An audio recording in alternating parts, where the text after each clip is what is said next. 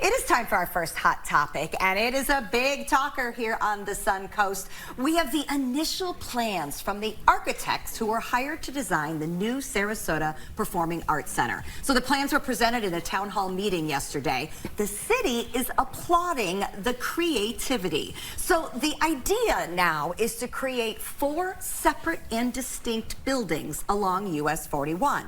The buildings would be raised off the ground by 20 feet or more. That would allow public access underneath and also provide a view of the water for those driving by on the road. The larger building would host the big touring shows and artists with about 2,700 seats. That is about 1,000 more than the Van Wezel. There would also be medium and small theater buildings for other use.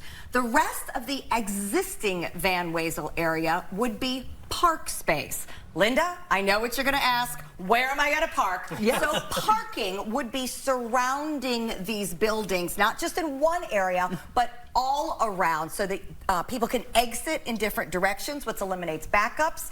They addressed your concern at this meeting. No one spot in the new proposed area would require walking any further than anyone currently walks from the Van Wezel, which they estimated to be about 5 minutes. I love everything about this plan. This is shocking. It's so good.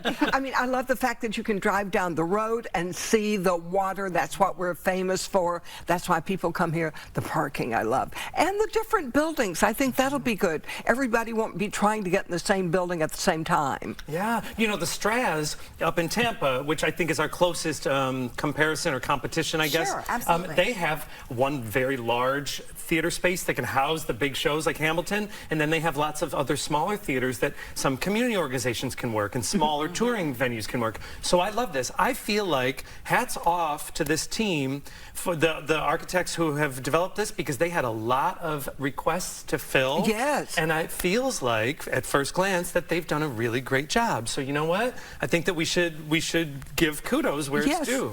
I was afraid we were going to sit here and criticize when we saw it. No, there's nothing to criticize so far. This is such a joy to see this for our future. It's definitely unique. So I think that's a good thing, right? Because I think we all envisioned there would be a big new building built on the bayfront. But that would block so many things that we love. They make a really big point in pointing out that, you know, the big theaters only serve so many people, right? There's still a percentage of our population that isn't going to go see a touring Broadway show. Sure. But that this park and this area is supposed to be for everyone. Yes. So that's why there would be, you know, food vendors and park space and walkways underneath these buildings. So even if you're someone that is never going to go to a Broadway show, you will be able to enjoy the new space. Yeah, that parking lot could be used for other things when there are not cars in it, too.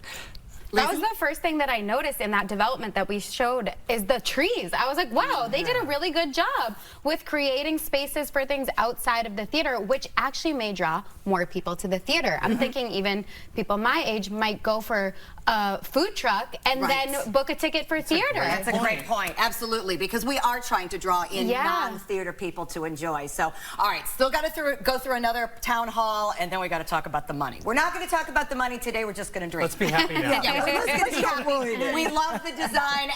Money. We'll figure out how to pay for it. All right.